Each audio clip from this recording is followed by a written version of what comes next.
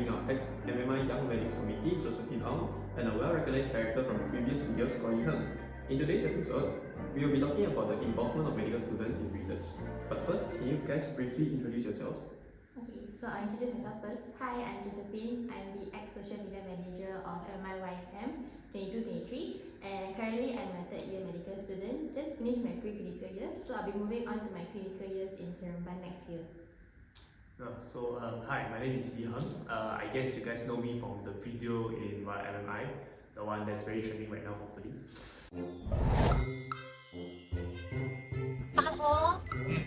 That's why it's not open. What the? Why is it mad? But yeah, I'm Yi Heng. I'm also a third year medical student in IMU, but I just graduated my pre-clinical years, so I'll be moving on my clinical years to University of Aberdeen, which is around the Scotland area. Nice. You guys were involved in assisting a doctor with their research, right? Yeah. So do you guys mind sharing your experience in the research? Okay, so I'll briefly say my experience first. For me, I think it's quite insightful because this is the first time we as students were actually conducting the research. Like, we had prior exposure in the earlier sense, but it's not actually us conducting the research. But I think for me in the beginning, it was quite frustrating, a bit confusing because I didn't really know what was going on. But I think in the end, I think it was quite useful and beneficial for me, and I enjoyed my research module. I think for my experience, it was a compulsory work, so I had no choice to do it.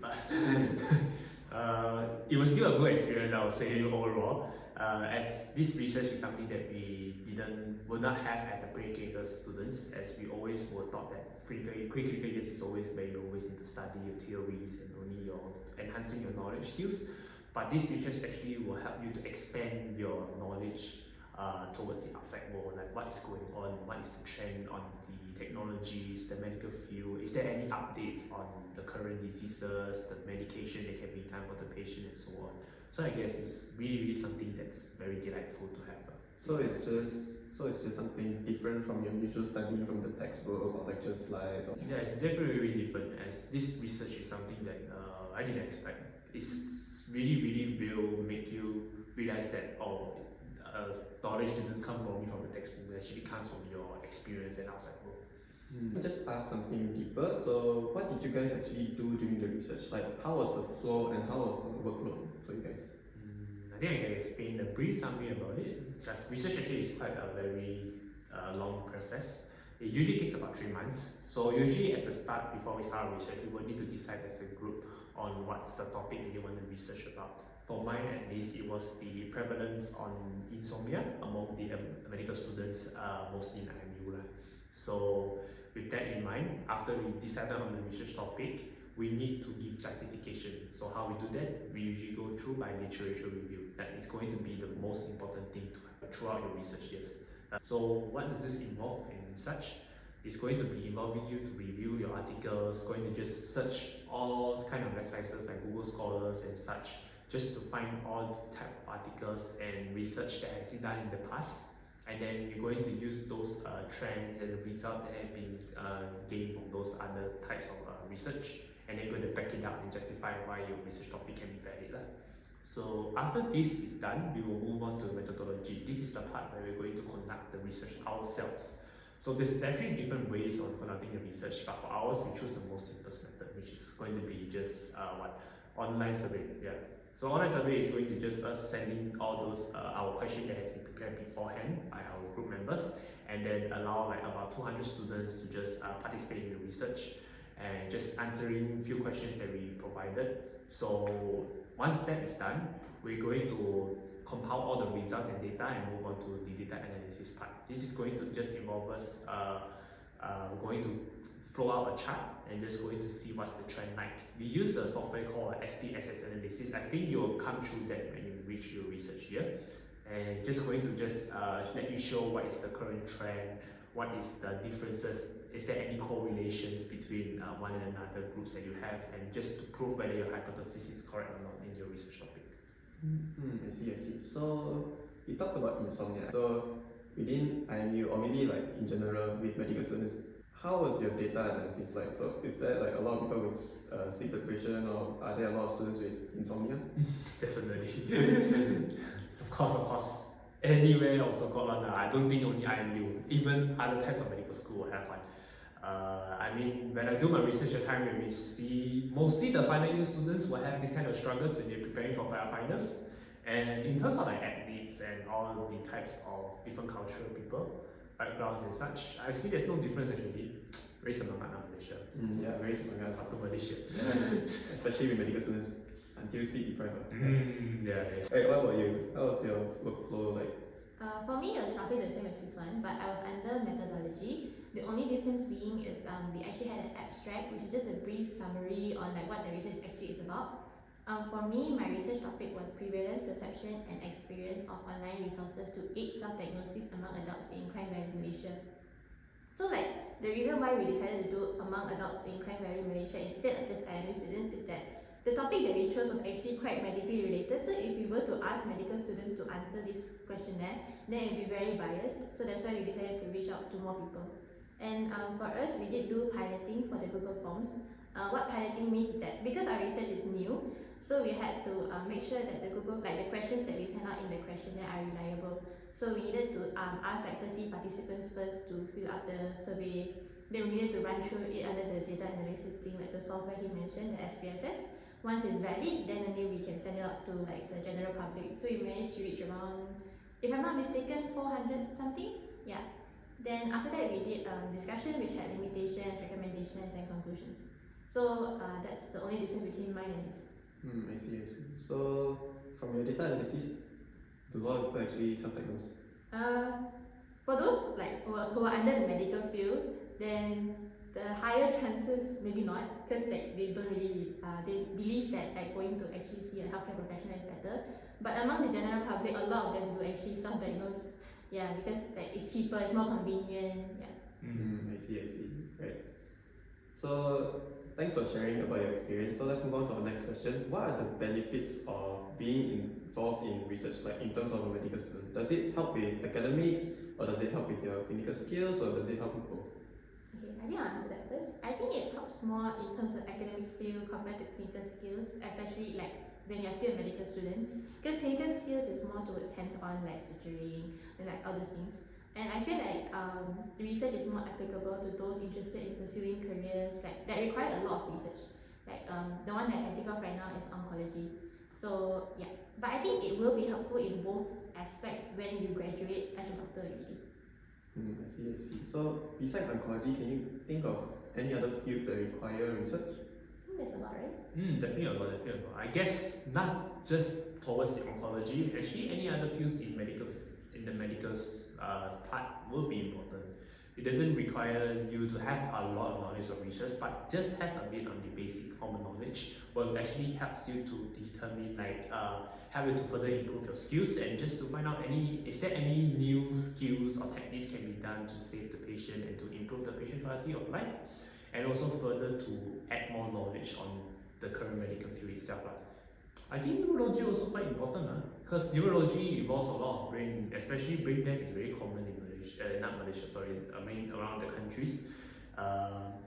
Because brain death itself is 100% inevitable death. So being able to research and find more new technologies or new ways to like reduce the risk of having this kind of brain death, or also trying to find any techniques to just save them and increase the percentage of chances of them surviving, I guess is also important. I see. So for those aspiring oncologists and neurologists, please take note, research is really important. Right. So from what I heard from you guys, it seems like it's quite challenging to be part of research. So what were the challenges that you guys had, and how did you overcome them?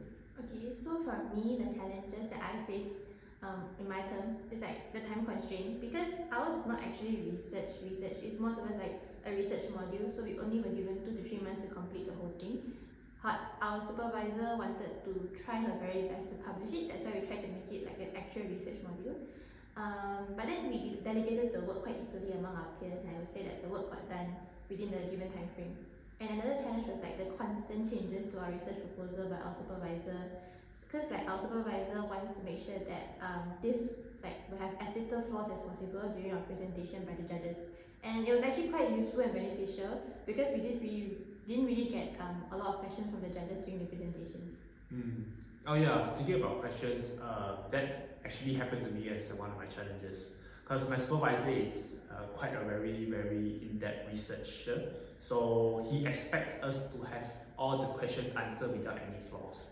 So whenever he asks a question, he wants us to have to justify why we are doing this, why is this can be done, why do you choose this instead of that, then we need to justify with our results and with our things. So all of us, whenever he asks a question, we just make stare and just now, Right, so that must have been very awkward. yeah, it's a very awkward situation, definitely. But because of that, then our team had to do like constant changes and such because we need to make sure that we are able to justify the questions that he asked. And once that is done, then we actually presented to the peers and our lecturers. They're actually quite impressed by it. And they had no question at all. They said this is one of the best research that I ever heard without any question there. Then I was like, okay. So overall, the even though there's like a lot of questions, it still benefited you all, right? Yeah, it definitely benefited for all of us as actually we are able to just think ahead without letting the researchers to ask us the question, and we can just present it immediately so they actually can see that we have all the confidence and our research is really valid in a sense. Mm-hmm. Good to know. So you said that your doctor wanted to publish her article, right? So was it actually published? For mine, it actually went to a halt because we had our final exams coming up, and she asked us to go back to her again once our final exams were done. So maybe, who knows? We'll see. We'll see in the future, right? So on a final note to our audience, would you recommend students to participate in research? And if so, are there any tips you could provide? For them? For me, I think I would definitely recommend research as it's quite different from the normal medical curriculum. Like, it's always like constant studying with the textbooks and maybe a little bit of hands-on in your preclinical years. So I think this is quite different. And nowadays, research is also very beneficial in your CV, especially if you're interested in entering a more competitive field like cardio, neuro, surgery, all those things. So this might help boost your CV and make you stand out among your peers. And you also may enjoy research and maybe find it as a new career path in the future. Who knows? Oh yeah, also one more thing. For research, actually quite focused in a lot of countries right now, and they actually take note it very seriously, especially in the UK region right now, since the research itself actually helps students with a lot of their medical skills and also with their medical knowledge as well. It helps them to expand their knowledge on not just only what they read in the textbook that has already been fixed, but they can also explore the outside world on what's actually been changing and is there any updates on the disease's progression, any new medication that we can give into the patient, all ends up on helping the patient to improve their quality of life. So I don't think it's only for the UK. I think Australia too is actually mandating research among students, right? Yeah, definitely. If I were to say UK's part, Edinburgh is actually one of them because Edinburgh they don't focus only because all the medical program only provide 5 years of degree courses, but this Edinburgh they offer 6 years because they want the student to take an extra year just for research itself. That research here is just to help students improving their critical thinking skills and also with their decision making skills. So in terms when they come to having a discussion with their peers, also with the medical team, with their doctors and specialists, they're able to provide a lot of different kind of ideas and more creative and unique with their answers so that they can further improve their efficiency and also their skills on techniques they can provide to the patient and further improve their quality of life. I see. So what you're trying to say is research just helps make students more all-rounded, right? Like more rounded as a student. Like they get to learn more, they get more hands-on experience, and they get to utilize a new way of learning, right? Yeah, definitely. I feel like medical students, it's not important to just have the knowledge, but you also have to be really important in terms of your confidence and also to be know more, not just only in the textbook, but know more on the outside world because you're not treating patient as just a textbook answer or like a question from the exam. You're treating patient as a real person who needs help from you.